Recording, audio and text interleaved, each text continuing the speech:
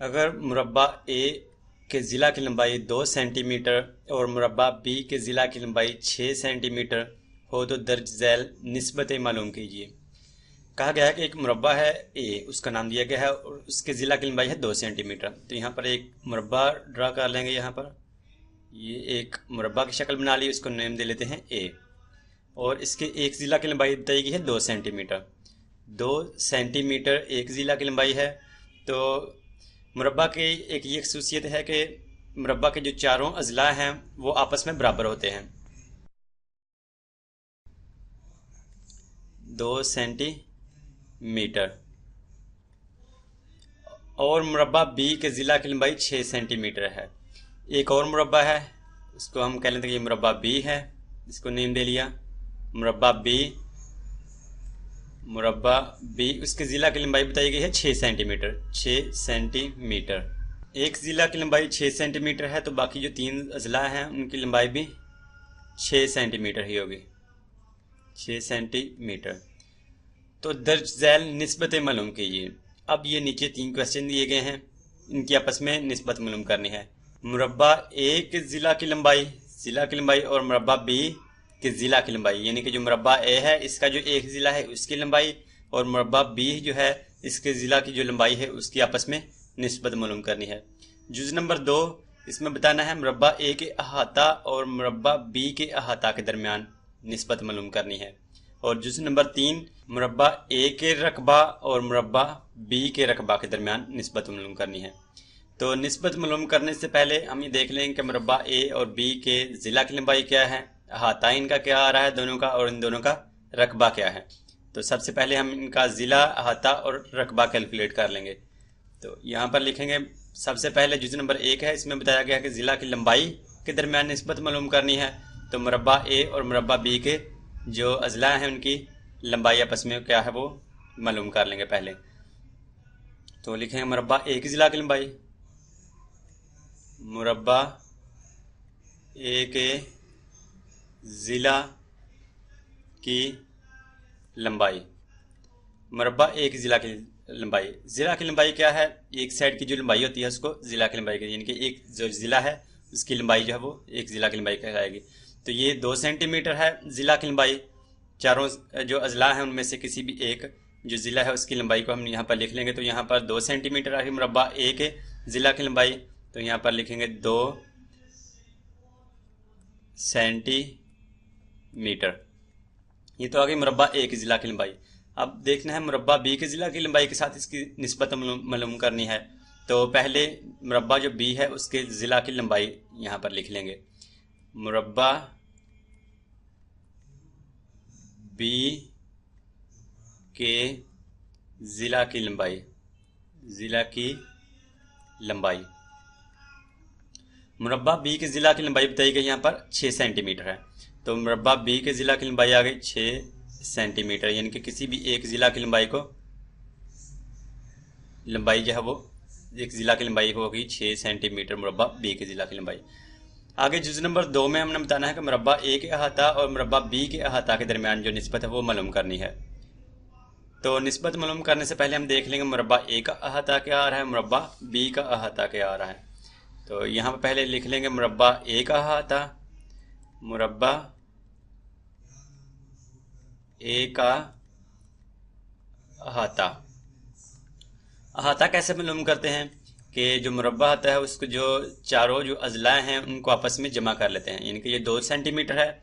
2 centimetre में ये वाला 2 सेंटीमीटर जमा किया 4 सेंटीमीटर, और ये 2 सेंटीमीटर जमा किया 6 सेंटीमीटर जमा 2, यानी कि 8 सेंटीमीटर। जो चारों अजला हैं उनको आपस में जमा कर दिया तो उसका अहाता आ जाएगा मुरब्बा का।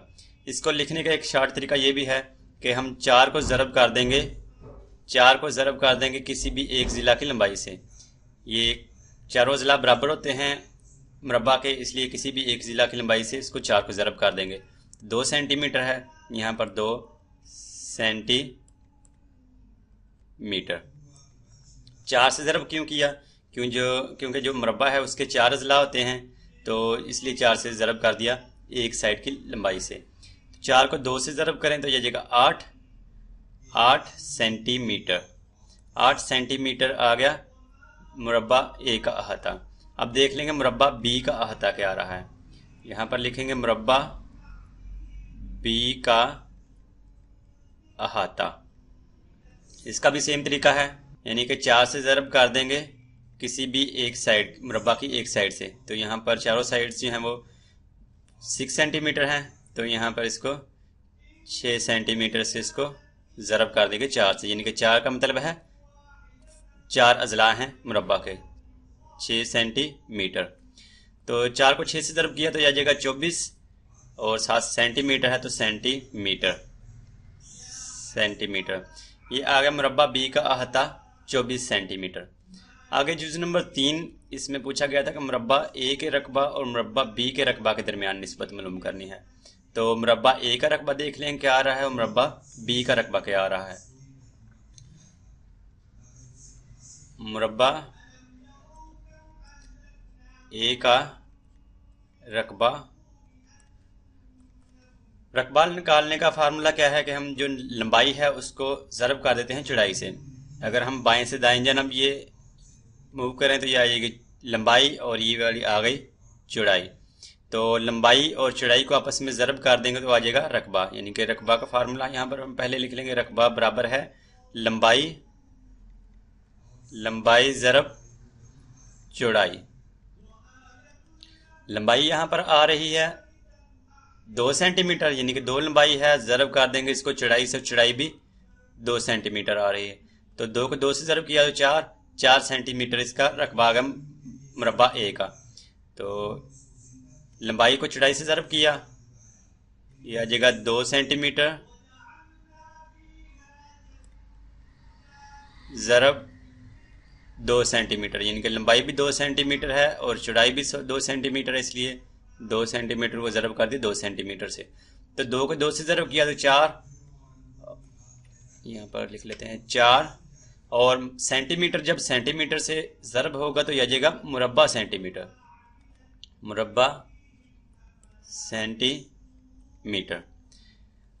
ये आ गया मुरब्बा ए का रकबा। अब देख लेंगे मुरब्बा बी का रकबा। मुरब्बा बी का रकबा, इसका तरीका भी सेम ही है कि लंबाई को, मुरब्बा जो है बी, उसकी लंबाई को ज़रब कर देंगे चौड़ाई से। तो लंबाई भी 6 सेंटीमीटर और चौड़ाई भी 6 सेंटीमीटर। यहाँ पर लिख कर देंगे ज़रब 6 सेंटीमीटर को 6 सेंटीमीटर ज़रब 6 सेंटीमीटर, यानी कि लंबाई ज़रब चौड़ाई 6 सेंटीमीटर। तो 6 को 6 से ज़रब करें तो आ जाएगा 36, और जब सेंटीमीटर को सेंटीमीटर से ज़रब किया तो यह आ जाएगा मुरब्बा सेंटीमीटर।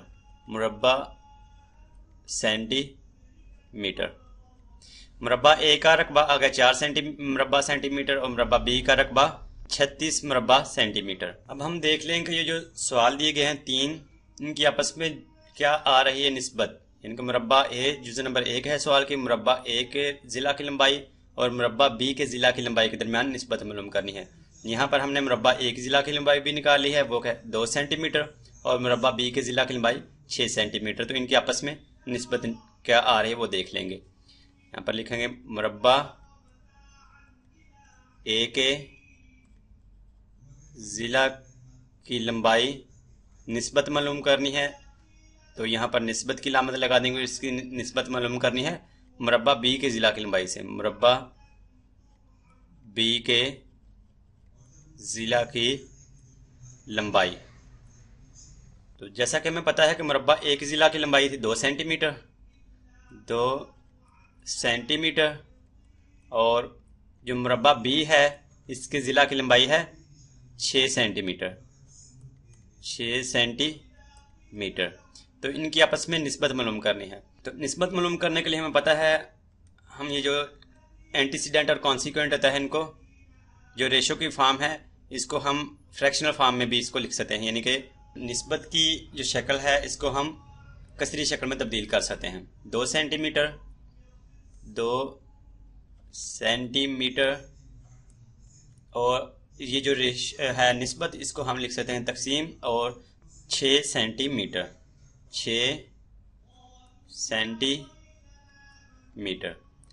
तो एंटीसीडेंट और कॉन्सिक्वेंट यानी कि जो तकसीम करता है, तकसीम किनिंदा है, दोनों में सेंटीमीटर आ रही है इकाई, तो ये वाला सेंटीमीटर इस सेंटीमीटर से कैंसिल, बाकी रहेगा 2/6। तो 2 को भी और 6 को भी हम 2 से तकसीम कर सकते हैं। 2 को 1 से ज़रब किया तो 2, और 2 को 3 से ज़रब किया तो 6। ये आ गया 1/3। और जब 1/3 को यानी कि जो कसरी शक्ल है इसको वापस जब हम निस्बत की शक्ल में लिखेंगे तो ये आ जाएगा 1/3। ये तो आ गई जुज़ नंबर 1। अब देख लेंगे जुज़ नंबर 2 क्या है। जुज़ नंबर 2 आगे हल कर लेंगे। और जुज़ नंबर 2 जो है उसमें हमसे कहा गया कि हमने फाइंड आउट करना मुरब्बा ए का अहाता और मुरब्बा बी का जो अहाता है उनके दरमियान जो निस्बत आ रही है वो बतानी है।